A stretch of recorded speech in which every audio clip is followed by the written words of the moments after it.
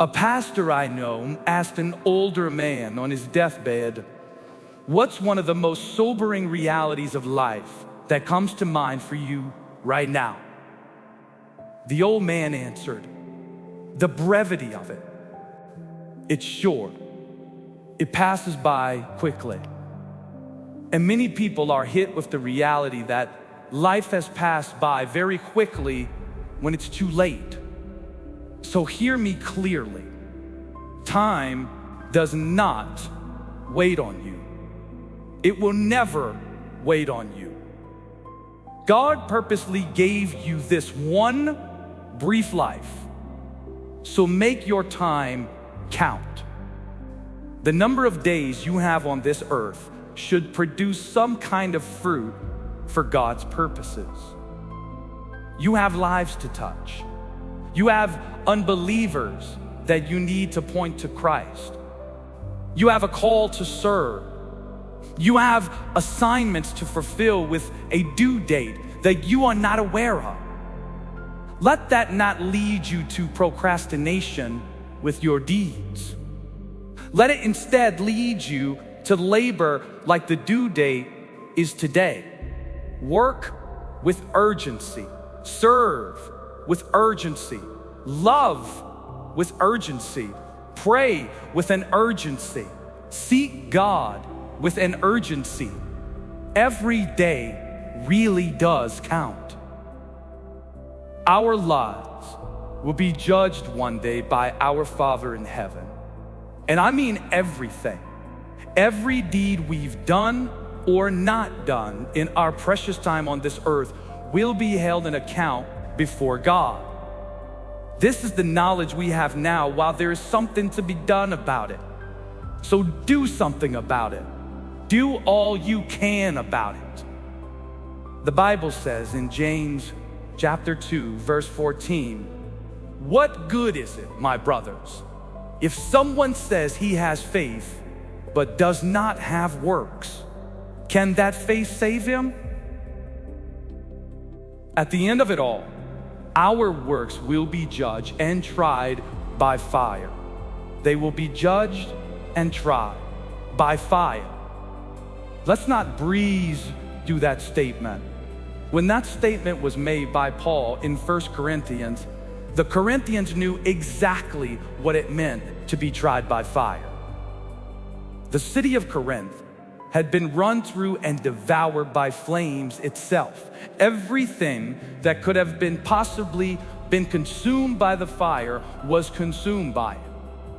The fire tried the city, leaving only the great marble standing, while everything else was annihilated.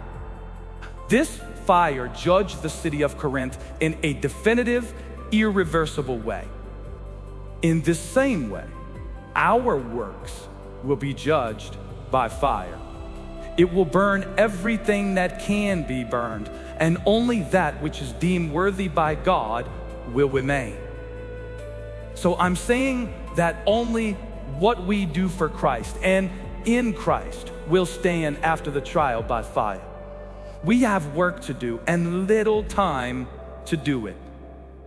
With this in mind, knowing how short time is, how brief the time we have on this earth is it not even more important to follow God with all of your heart, soul, and mind?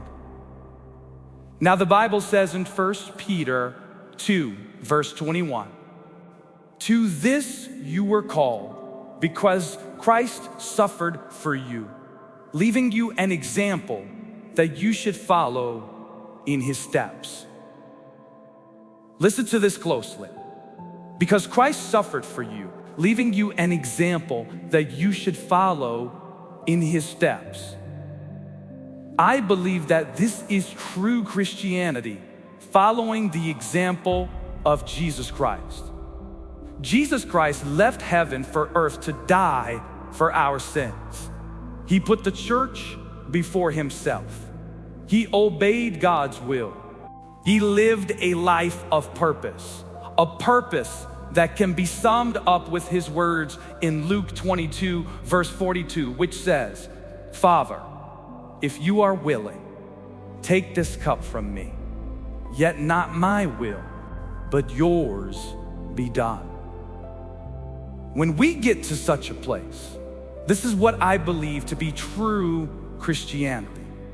Now, I would like to encourage you to take the following steps so that you can make sure you are marching forward and living a life that pleases the Lord. To begin with, we all need to live lives where God is at the center of everything. The Amplified translation for Luke 9, verse 23 says, "And he was saying to them all, if anyone wishes to follow me as my disciple, he must deny himself, set aside selfish interests, and take up his cross daily, expressing a willingness to endure whatever may come, and follow me, believe in me, conforming to my example in living and, if need be, suffering or perhaps dying because of faith in me." Following Christ is costly. You have to deny yourself. That means it's no longer your will that leads you, but it's God's will. Following Christ will cost you your life. It will cost you your pride, your time, and your selfish interests. Your love for Jesus Christ should supersede everything else. It's a love that prioritizes the Lord. But how do we get to that place where Christ truly is at the center of our lives?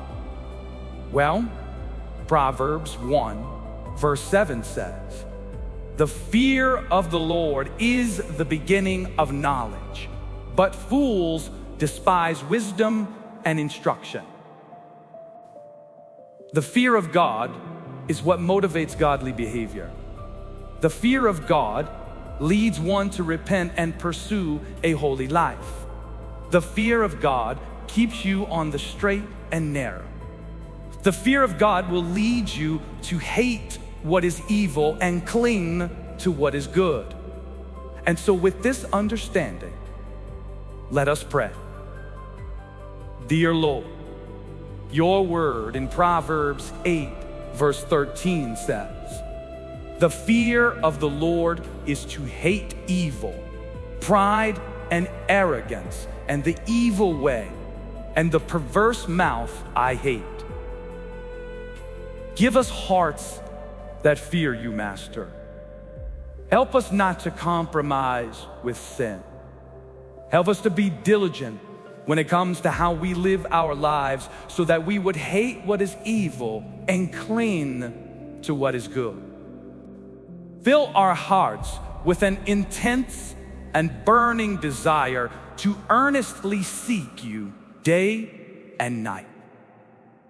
Lord, fill us with your love and joy. Give us hearts that are committed to praise and worship you.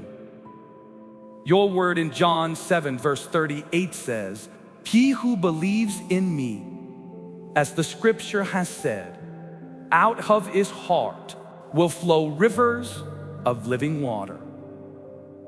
Lord, I pray that you would touch our lives in a mighty way. May your rivers of living water flow over our souls and transform us. Have mercy on us, Lord Jesus, as we seek to do better through the strength of the Holy Spirit. Help us to be better disciples. Help us to be better at forgiving others, at loving others, and giving to others. Your word says in John 15, verse 26, "But when the Helper comes, whom I shall send to you from the Father, the Spirit of truth who proceeds from the Father, he will testify of me." I pray that the Holy Spirit would help us to do better. Help us to improve in our prayer lives. Help us to have more of an urgency about spending time alone with you, Master. Holy Spirit, help us do better in terms of meditating on the Word of God day and night. Help us to do better as I strive to be obedient to your word, which says in Titus chapter 3, verse 1 and 2, remind them to be submissive to rulers and authorities, to be obedient, to be ready for every good work, to speak evil of no one, to avoid quarreling, to be gentle, and to show perfect courtesy toward all people. I pray, Lord, that you would give us hearts that are ready and willing to do good always. I declare your word in Psalm 103, verse 1 to 2. Praise the Lord, my soul. All my inmost being, praise his holy name. Praise the Lord, my soul, and forget not all his benefits. I praise you because you are a God who forgives all of our iniquities. I praise you because you are a God who heals, restores, and makes us whole again. I praise you because you are a God who has saved us from destruction. Help me, Holy Spirit. Help me to seek God's presence on a daily basis.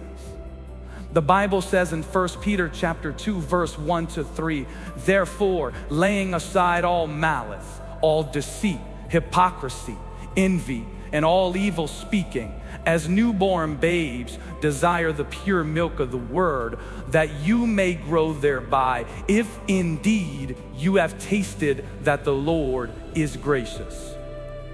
Under your guidance, Holy Spirit, I pray that I may begin to grow spiritually and in faith. I pray that I may grow in knowledge. Help me to grow as a believer and become spiritually mature. Holy Spirit, help me to grow in my knowledge of God and of his ways. Help me to grow each day as I meditate upon the living word of God. The Bible says in Psalm 119, verse 25, my soul clings to the dust. Revive me according to your word. Revive me, Lord.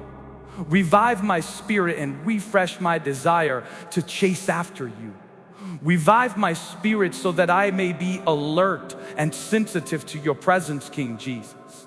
Lamentations 3, verse 25, the Bible reads, the Lord is good to those who wait for him, to the soul who seeks him. I will wait on you, Lord Jesus. I will wait on you with an expectant heart. I pray that the Holy Spirit will create a fire in me that burns brightly for the things of God. A fire that burns for Jesus Christ. You are number one in my life, King Jesus. You are the King of my heart. May you be exalted. Psalm 119, verse 105, your word says, your word is a lamp to my feet and a light to my path. May your word guide me always. May it lead me and teach me your ways. I thank you for hearing this prayer. In the mighty name of Jesus Christ, I pray. Amen. What good is it, my brothers, if someone says he has faith but does not have works? Can that faith save him? To this you were called, because Christ suffered for you, leaving you an example that you should follow in his steps. Father, if you are willing, take this cup from me, yet not my will, but yours be done.